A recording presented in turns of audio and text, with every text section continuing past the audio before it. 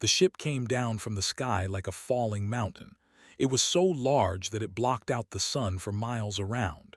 People in Nevada looked up and saw darkness in the middle of the day. They ran.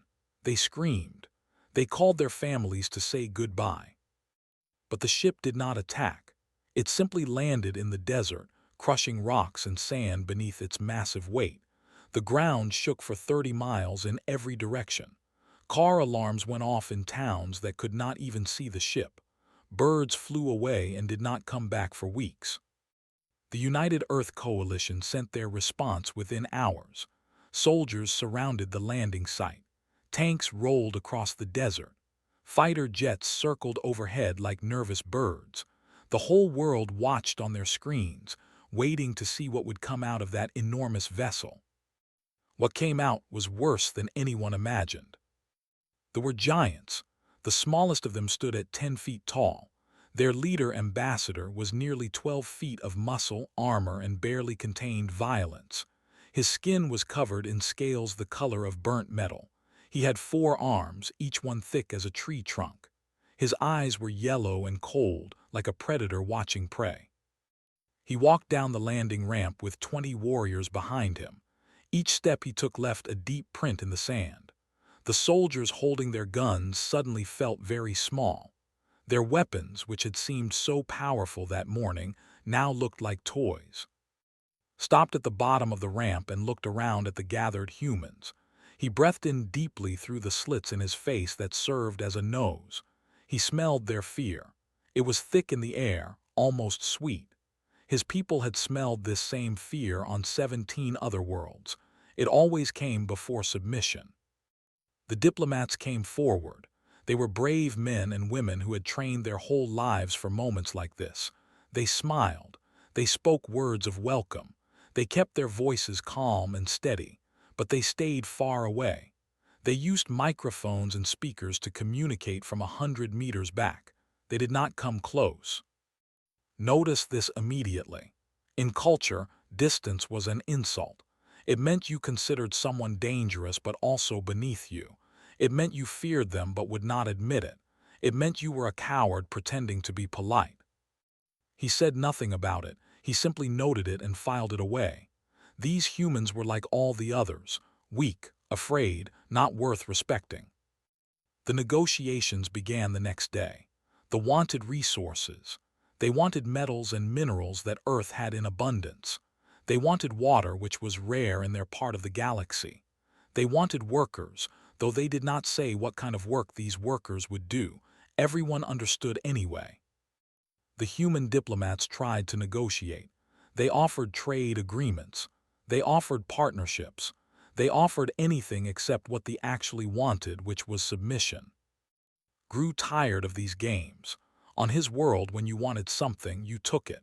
When someone was weaker than you, they admitted it. This dancing around with words and smiles was exhausting and pointless. He began to wonder why they had even bothered landing. They should have just started the conquest immediately. 2 weeks passed. The negotiations went nowhere. The diplomats kept their distance. The soldiers kept their guns ready. The whole situation felt like a rope pulled too tight, ready to snap at any moment. Danny Cole knew nothing about any of this. He was a maintenance technician, 32 years old, with a small apartment in Las Vegas and a cat named Beans. He had been assigned to the diplomatic compound to keep the generators running. It was not an exciting job. He fixed things that broke. He replaced parts that wore out. He made sure the lights stayed on so the important people could do their important work. Nobody told him anything about the aliens. Nobody thought he needed to know. He was just the guy with the toolbox, invisible to everyone who mattered. On his 15th night at the compound, a power coupling failed near the encampment.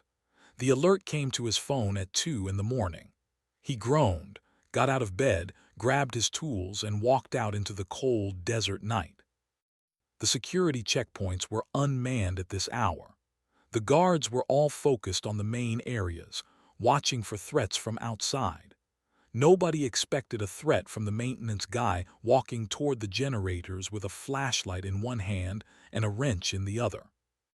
Danny did not even realize he had crossed into the alien zone until he nearly walked into something very large and very solid. He looked up and up some more. Looked down at the small creature that had just bumped into his leg. The human barely reached his waist. It was soft and fragile looking, with no armor, no weapons, no protection of any kind. It should have been terrified. It should have run away screaming like all the others. Instead, the human said, "Oh, sorry about that, big guy. Didn't see you there. These flashlights aren't worth anything. Hey, you mind holding this for a second?" And he held up the flashlight toward. The ambassador had conquered worlds. He had crushed enemies beneath his feet. He had made generals weep and kings beg for mercy. No one had ever asked him to hold a flashlight. He was so confused that he actually took it. Danny got down on his knees and opened the access panel to the power coupling. He started working, completely focused on the task, as if there was not a 12-foot alien warrior standing right next to him. "The problem with these desert installations," Danny said while he worked, "is the sand. Gets into everything. You'd think they'd figure out better seals by now, but no, they always cheap out on the seals. Then guys like me have to come out here at 2 in the morning to fix what shouldn't have broken in the first place." Said nothing, he just watched. This tiny human was talking to him like he was just another person, like he was a maybe or a neighbor, not a conqueror, not a monster, just someone who happened to be nearby. "You're one of the aliens, right?" Danny asked without looking up. "The big guys everyone's so scared of." "I am ambassador of the Empire. We have conquered 17 worlds." "That's a lot of worlds, must be tiring." Danny pulled out a burnt component and replaced it with a fresh one from his bag. "I'm Danny, I fix things." "You do not fear me." It was not a question. It was an observation, spoken with genuine surprise. Danny finally looked up at the massive warrior. He thought about the question seriously for a moment. "I mean, you could definitely kill me. That's obvious. But if you wanted to do that, you'd have done it already. So either you're going to kill me or you're not, and me being scared isn't going to change which one it is. Might as well be friendly." Felt something strange in his chest. It took him a moment to recognize it. It was curiosity. Real curiosity, the kind he had not felt in decades. "You are very strange, Danny who fixes things." Danny grinned up at him. "Yeah, I get that a lot. Now hold that light steady, will you? I'm almost done here."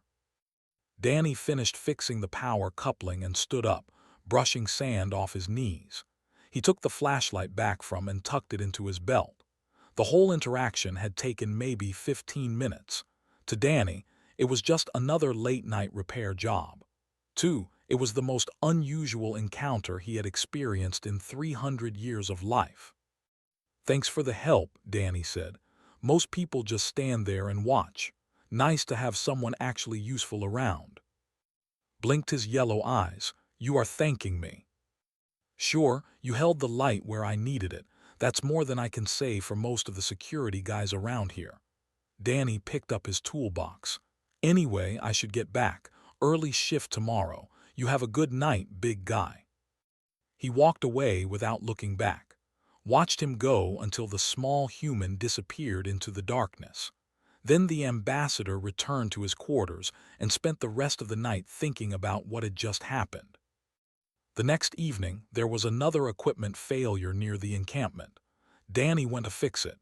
He found waiting outside, almost as if the alien had expected him. "You came back," said. "Generators acting up again. Same problem as last night. I told them we needed better seals, but does anyone listen to the maintenance guy? Never." Danny set down his toolbox and opened it. "You want to hold the light again?" Took the flashlight without being asked this time. They worked in silence for a few minutes, then asked, "Why do your leaders stay so far away when they speak to me?" Danny looked up, surprised by the question. "I guess because they're scared. You're pretty intimidating, you know. 12 feet tall, 4 arms, conquered a bunch of planets. That's not exactly comforting." "But you are not scared." I told you being scared doesn't help anything. Besides, you seem all right. A little serious maybe, but all right. Consider this. On my world, keeping distance from someone means you think they are beneath you. It is an insult. Danny whistled softly. Oh, that's not good. The diplomats probably don't know that. They think they're being respectful by giving you space, but you think they're being rude. Yes, that explains why the negotiations are going so badly. Danny finished his repair and closed the access panel. Someone should tell them. I have told them. They do not listen. They smile and nod and continue to stay far away. Danny stood up and faced the massive warrior. He had to crane his neck all the way back to look at its face. Maybe they think you're trying to trick them. Get them close so you can grab them or something. That would be dishonorable. They don't know that. They don't know anything about you except that you're big and scary and you've conquered a lot of planets. When you don't know someone, you assume the worst. Was quiet for a long moment. Then he said, "You did not assume the worst." Danny shrugged. "I saw you watching the sunset yesterday. You stopped what you were doing and just looked at it for a while. Someone who appreciates a sunset can't be all bad." This surprised more than anything else.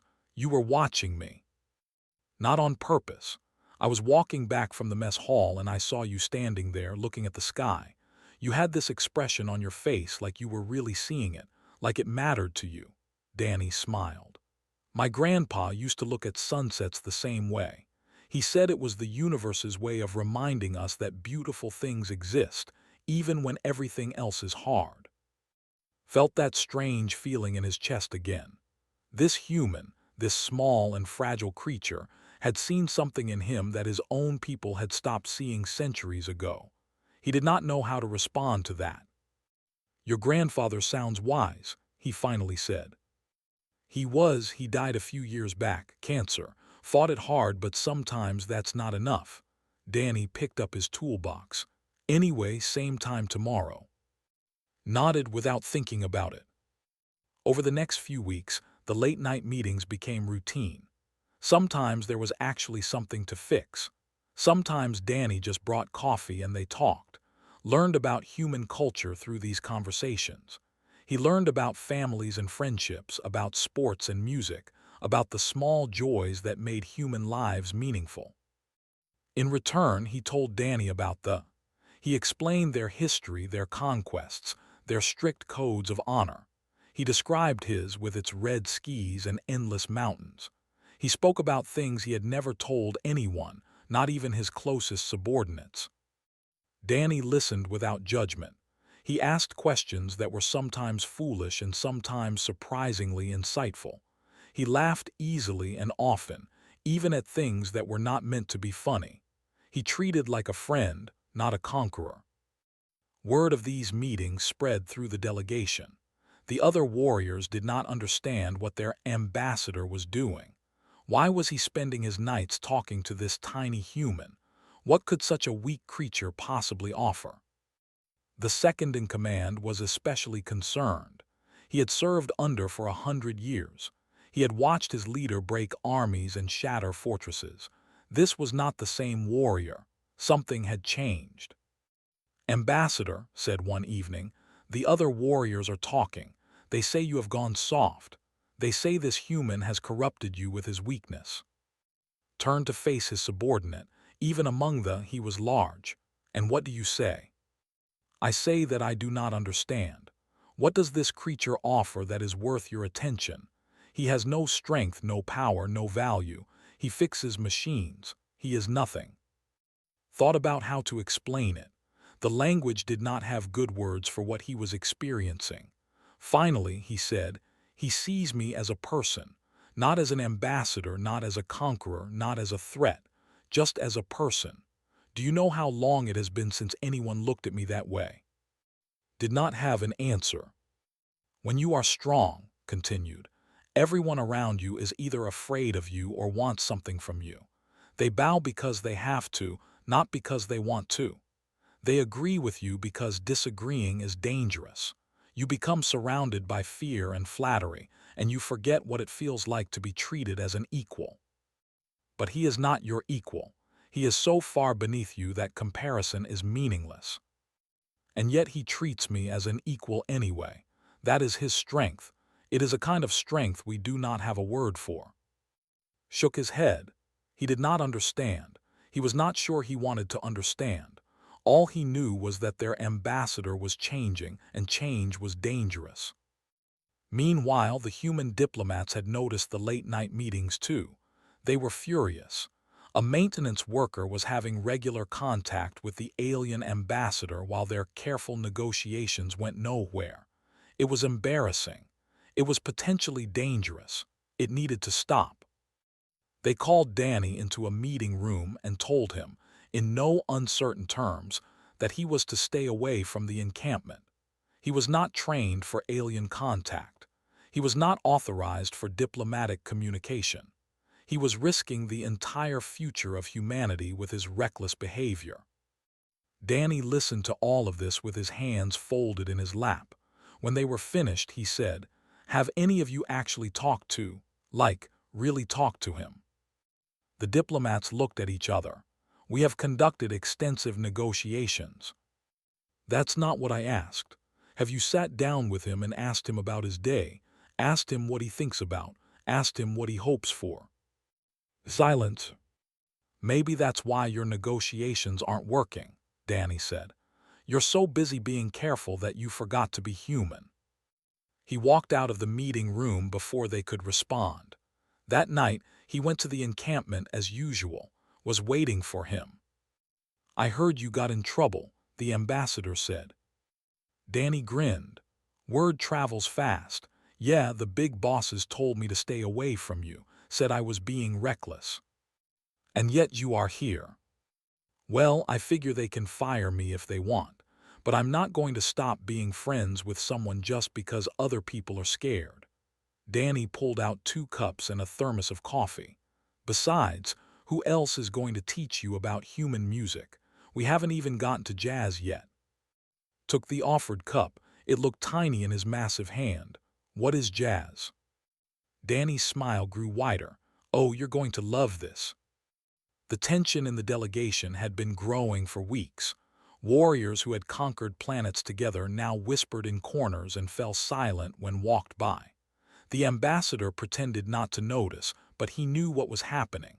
His people were losing faith in him. Was at the center of it all. He had served loyally for a century, but loyalty had its limits. The empire was built on strength, their culture power above all else. And here was their greatest ambassador, spending his nights drinking bitter human liquid and listening to strange human sounds with a creature he could crush with one finger. It was wrong, it was weak, it could not continue. The challenge came on a Tuesday morning. Danny was in the diplomatic building, eating breakfast in the cafeteria, when the doors burst open and 4 warriors marched in. Everyone started screaming and running for the exits. Tables were knocked over. Coffee spilled across the floor. Security guards shouted into their radios. But the warriors were not there to fight. They were there for Danny. Walked straight to his table and stopped. The warrior was 10 feet tall, slightly smaller than but still terrifying. His scales were darker, almost black, and his eyes burned with anger. "You are the one called Danny Cole," said. It was not a question.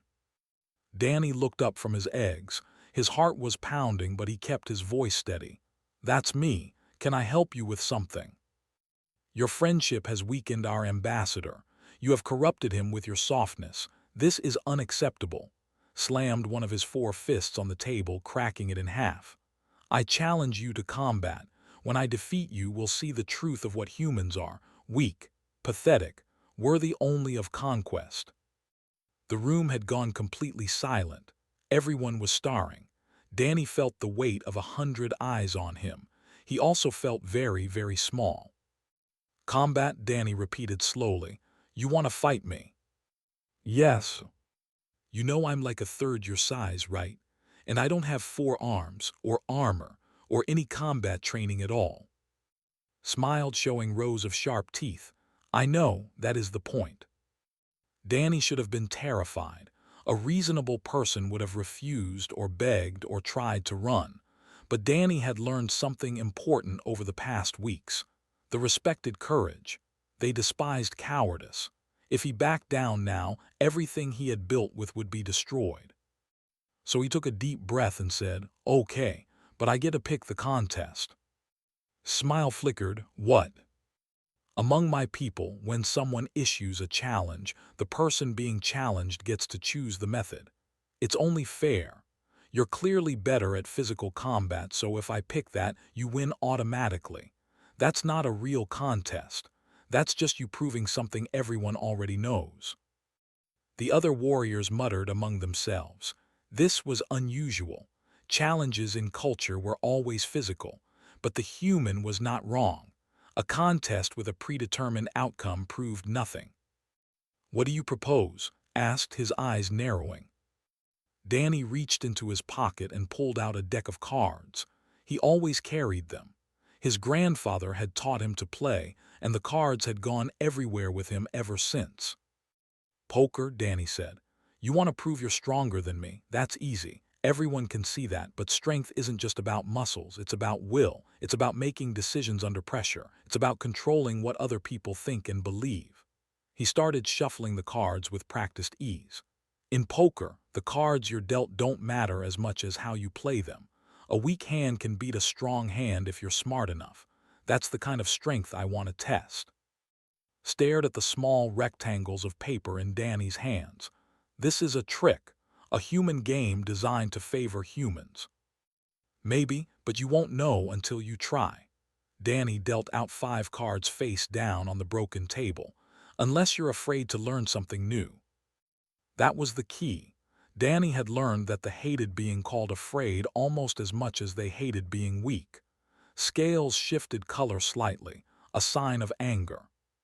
"I fear nothing," the warrior growled. "Teach me this game."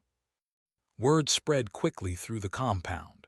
Humans and alike gathered to watch as Danny Cole taught a giant alien warrior how to play poker. It was absurd. It was ridiculous. It was also somehow the most important diplomatic event in human history. Danny explained the rules carefully. 5-card draw, nothing fancy. He showed the rankings. High card, pair, 2 pair, 3 of a kind, straight flush, full house, 4 of a kind, straight flush, royal flush. The warrior memorized them instantly. They had excellent memories. Then Danny explained bluffing. "Wait," said, his massive brow furrowing. "You are saying that the goal is to make me believe something that is not true." "Sometimes, yes. If you have a bad hand, you can bet like you have a good hand. If I believe you, I might fold even though my hand is actually better. The cards matter, but what matters more is what you can make the other person think. This is deception. It's strategy. There's a difference. In a fight, you might pretend to attack from one direction and then strike from another. Same idea. You're not lying exactly. You're controlling information." Considered this. The concept was not entirely foreign to warfare, but applying it to a game was strange. Games were supposed to be simple, physical, straightforward. They played the first round. Danny won easily. Did not understand how to hide his reactions. When he had good cards, he sat up. When he had bad cards, his scales shifted darker. Danny could read him like a book. "You are giving away information," Danny explained. "Every time you move, every time your expression changes, you're telling me something. In poker, you have to control that. You have to show only what you want to show." "This is difficult," admitted. "It takes practice. Let's play again." They played for hours. The sun moved across the sky. People came and went, watching in fascination. Arrived at some point and stood silently in the corner observing. Slowly began to improve. He learned to keep his body still. He learned to bet consistently whether his cards were good or bad. He learned to watch Danny for the same small signals he was trying to hide in himself. The 6th hour came, looked at his cards, a pair of 3s, not a good hand. Danny had been betting confidently, suggesting he had something strong. The smart move was to fold, but had been watching. He had noticed that Danny touched his ear when he was nervous, and Danny had been touching his ear a lot this round. "I raise," said, pushing more chips forward. Danny's expression flickered just for a moment, then he smiled. "I fold." Turned over his cards, a pair of threes. Danny turned over his cards, ace high, nothing. The warrior had won. He had bluffed a human at the human's own game. Stared at the cards for a long moment. Then he made a sound that might have been a laugh. It rumbled through the room like distant thunder. "I understand now," he said. "This game is not about the cards. It is about minds fighting minds. It is about being stronger here." He tapped his massive head. "This is a strange kind of strength, but it is strength." Danny grinned and held out his hand. "Good game." Looked at the offered hand. On his world, touching someone smaller than you was either an attack or an insult. But he was starting to understand that human gestures meant different things. He wrapped two of his fingers around Danny's entire hand and shook gently. "Good game," he repeated. "We will play again." Watched from the corner, and something like pride swelled in his chest. His subordinate had learned something today, something important, something that might change everything. The challenge had been answered, not with blood or violence, but with cards and conversation. And somehow, that felt more like victory than any conquest ever had. The message from the arrived on a cold December morning. Was in his quarters when the communication device lit up with the seal of the High Command. He knew before he even read the words that it would not be good news. The message was brief and direct, as all communications were. The delegation was ordered to return home immediately. Earth had been evaluated and found suitable for conquest. Standard protocols would begin within the decade. Ambassador was to prepare his warriors for departure and submit his final report on human weaknesses and defenses. There was no mention of cultural exchange, no mention of diplomacy, no mention of anything had been doing for the past 3 months. He read the message twice. Then he sat in the darkness of his quarters and felt something he had not felt in a very long time. Grief. Not for himself, but for the small planet outside his window, for the strange, soft creatures who lived on it, for the friendship he had found and was now being ordered to abandon. That night, Danny found him sitting outside the encampment, staring up at the stars. The human walked over and sat down beside him without saying anything. He had learned that sometimes needed silence before he was ready to talk. They sat together for a long time. The desert was cold at night, and Danny's breath made small clouds in the air.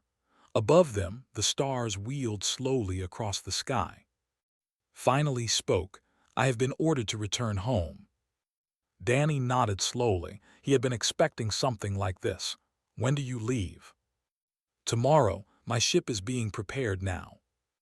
"That's fast." "The High Command does not like waiting. They have decided that your planet is not worth knowing, only worth taking." His voice was heavy with exhaustion. "In 10 years, perhaps less, a war fleet will come. Your people will fight. They will lose. Your species will be absorbed into our empire." Danny was quiet for a moment. The news was terrifying, but panic would not help anything. He had learned that from poker. When the cards were bad, you did not cry about it. You looked for options. "Can you stop it?" he asked. "I am one ambassador.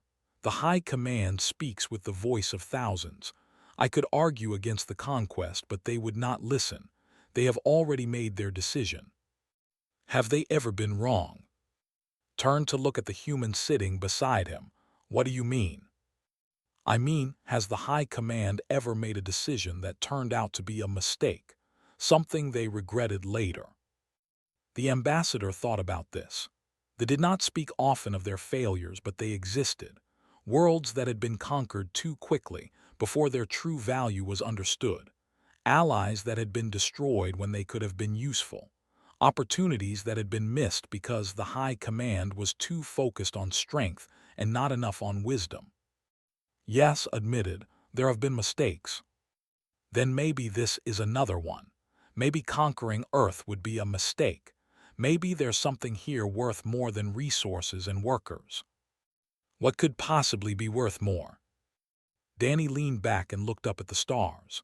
My grandpa used to say that the most valuable things in life can't be measured or counted. Friendship, kindness, the feeling you get when you help someone who needs it, the way a sunset looks when you're watching it with someone you care about.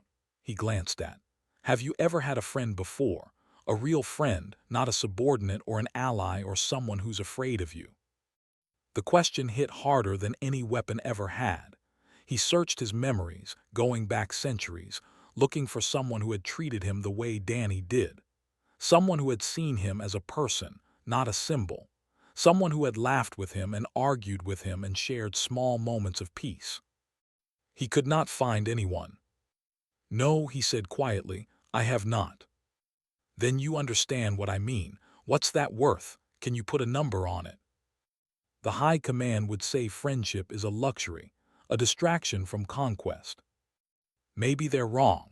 Maybe friendship is what gives conquest meaning. What's the point of ruling 100 worlds if you're alone in every single one of them? Felt something crack inside his chest. It was not painful exactly, but it was uncomfortable, like a shell breaking open to reveal something soft and vulnerable underneath. Why are you like this? He asked. Why do you care about me? I came here as an invader. My people have destroyed civilizations. We have caused more death and suffering than your entire species can imagine, and yet you sit beside me and speak to me as though none of that matters. Danny shrugged. Because people change. Civilizations change. Nothing is set in stone forever. And because I see who you are now, not who you were before. The I know watches sunsets and asks questions and learns new card games. That's the I'm friends with. And if I return home, if I leave you to be conquered, then I'll be sad, but I won't regret the time we spent together. It meant something, even if it doesn't change anything. Was silent for a long time after that. The stars continued their slow rotation overhead. Somewhere in the distance, a coyote howled. Finally, the ambassador stood up. He towered over Danny, a mountain of scale and muscle, one of the most feared warriors in the galaxy. And when he spoke, his voice was different, softer, more certain. I will speak to the High Council, he said. Not the High Command, the Council itself. I will request an audience and make my case directly. Danny looked up at him. Is that dangerous? Possibly. The Council does not like to be questioned, but you are right. Some things are worth more than can be measured, and if there is even a small chance that I can make them understand that, I have to try. What will you tell them? Thought about everything he had learned over the past 3 months. The sunsets, the coffee, the jazz music, the card games, the conversations that went nowhere and everywhere at once. The feeling of being seen, truly seen, by someone who had no reason to look at him with anything other than fear. I will tell them about you, he said, about what it means to be treated as a person instead of a conqueror, about the strength that comes from kindness, about why some things are worth protecting even when they seem small and weak. He paused. I do not know if they will listen, but I will try. Danny stood up and held out his hand. That's all anyone can do, try. Looked at the offered hand. 3 months ago, he would not have known what the gesture meant. Now he understood that it was a symbol of trust, of respect, of connection between two beings who chose to see each other as equals despite every difference between them. He wrapped his massive fingers around Danny's hand, careful not to crush it. Thank you, Danny Cole, for everything. Danny smiled. Go save my planet, big guy, and when you come back I'll teach you how to play chess. Made that rumbling sound that passed for a laugh among his people. Then he turned and walked toward his ship, his footsteps heavy in the sand. Danny watched him go until the massive figure disappeared into the darkness. Then he sat back down, alone under the stars, and hoped. It was not much, but sometimes hope was all you had. The journey back to space took 3 weeks. spent most of that time alone in his quarters, preparing what he would say to the High Council. He wrote and rewrote his speech 100 times. Nothing seemed right. How could he explain in words what he had felt? How could he make warriors who had known only conquest understand the value of something as soft as friendship? His subordinates watched him with a mixture of concern and confusion. Even, who had begun to understand something through those long hours of poker, did not fully grasp what their ambassador was planning. Requesting an audience with the High Council was almost unheard of. The last ambassador to do so had been executed for wasting their time. But was not afraid. Or rather, he was afraid, but he had learned that fear did not have to stop you from doing what was right. A small human with a toolbox had taught him that. There was a harsh place. Red skis stretched over endless mountain ranges, and the air was thick with the smell of iron and smoke. The capital city sprawled across a valley between two dormant volcanoes, its buildings carved from black stone and reinforced with metal. Everything was designed for war. Everything spoke of power and dominance. Walked through streets he had known his entire life, and for the first time they felt empty. Not empty of people, but empty of something else. Joy, perhaps, warmth, the small pleasures that made existence worthwhile. The High Council chambers were located at the heart of the city, in a fortress that had stood for 10,000 years. Climbed the 1,000 steps to the entrance alone. His request for an audience had been granted, though the message had contained a clear warning: do not waste our time. The chamber was vast and dark, lit only by torches that cast flickering shadows across the stone walls. 7 counselors sat on elevated thrones, each one ancient beyond measure, each one a legend among their people. They had ruled the empire for centuries. They had ordered the conquest of 17 worlds. They had never once been persuaded to change their minds. Stood before them and bowed, as tradition demanded. Then he straightened and began to speak. He told them about Earth, not about its resources or its strategic value or its military weaknesses. He told them about sunsets that painted the sky in colors he had never seen before. He told them about a bitter liquid called coffee that somehow made mornings more bearable. He told them about music that came from the soul rather than from battle drums. And he told them about Danny Cole. He is small, said. He is weak. By every measure we use, he is insignificant, a maintenance worker, a fixer of broken machines. He has no power, no status, no value in our eyes. He paused, gathering his thoughts. And yet he treated me as no one has ever treated me, not as an ambassador, not as a conqueror, not as a threat to be feared or a tool to be used. He treated me as a friend. The counselors shifted on their thrones. The word friend was not common in their language. It existed, but it was considered archaic, a relic from a time before conquest had become their only purpose. He asked me to hold a flashlight while he worked, continued. He shared his food with me, his stories, his music. He laughed at things I did not understand and patiently explained them until I did. When I made mistakes, he did not mock me. When I asked foolish questions, he answered them honestly. He saw me as a person, not as a weapon, just as a person. One of the counselors, the oldest among them, leaned forward. And what is the value of this? Being seen as a person does not win wars. Friendship does not expand empires. No, agreed. But winning wars and expanding empires has not made us happy. Look around you. Look at what we have become. We rule 100 worlds and we are alone. Every one of us, surrounded by subordinates and rivals and conquered peoples who hate us. When was the last time any of you made a friend? When was the last time someone spoke to you not because they had to, but because they wanted to? Silence fell over the chamber. The counselors looked at each other and in their ancient eyes saw something unexpected. Recognition, weariness, a loneliness so deep that it had become invisible, like air or gravity, always present but never acknowledged. We have been so focused on strength, said, that we forgot why strength matters. Power without purpose is empty. Conquest without meaning is just destruction. The humans have something we lost long ago. They care for each other. They connect with strangers. They find joy in small moments and small kindnesses. That is a kind of strength we do not have, and if we destroy them, we will never have the chance to learn it." The oldest counselor was quiet for a long time. Then he asked, "What would you have us do, Ambassador? Abandon our ways, become soft like the humans?" "I would have you learn. Send me back to Earth. Let me continue studying them. Let me understand why they are the way they are.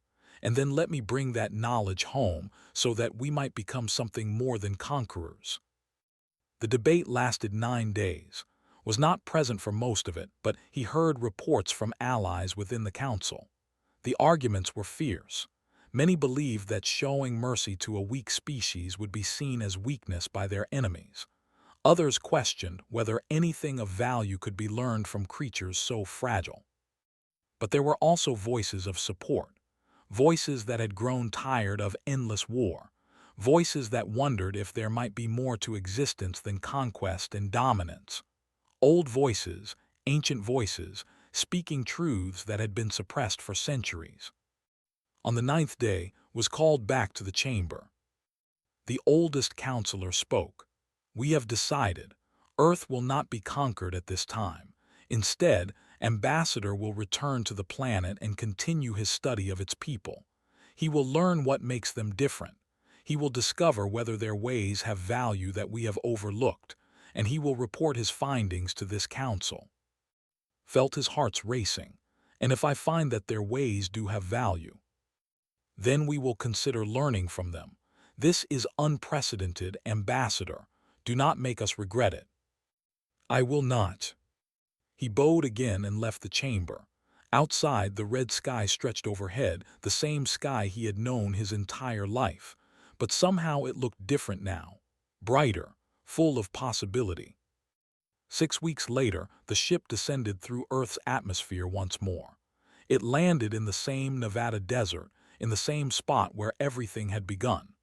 The sun was setting, painting the sky in shades of orange and gold and pink. Danny Cole was waiting at the landing site. He had a cooler full of beer in one hand and a deck of cards in his pocket. His cat Beans was at home, being watched by a neighbor. He had told the neighbor he might be a while. The landing ramp lowered and walked down. He was the same massive figure he had always been, 12 feet of muscle and scale and barely contained power. But his eyes were different, softer, warmer, more alive. He stopped in front of Danny and looked down at the small human who had changed everything. "You came back," Danny said. "I found that I missed our conversations, made that rumbling sound that passed for a laugh. Is that strange?" "Nope," Danny grinned and pulled 2 bottles from the cooler. "That's just friendship, big guy. Welcome back." They stood together and watched the sunset. The sky turned from orange to purple to deep blue, and the first stars began to appear. A maintenance technician and an alien ambassador, standing side by side, sharing a moment of peace. "So what happens now?" Danny asked. "Now I learn, I study your people, I try to understand why you are the way you are, and I report back to my council so that they might learn too." Accepted the offered beer. The bottle looked tiny in his massive hand. "It will take time, many years perhaps. There is much I do not understand." "That's okay, we've got time." Danny raised his bottle to friendship. Clinked his bottle against Danny's, careful not to shatter the glass. "To friendship, and to the courage to see a stranger as a person worth knowing." They drank as the last light faded from the sky. Above them, the stars shone bright, and somewhere out there, a galaxy full of worlds waited to learn that strength was not the only thing that mattered.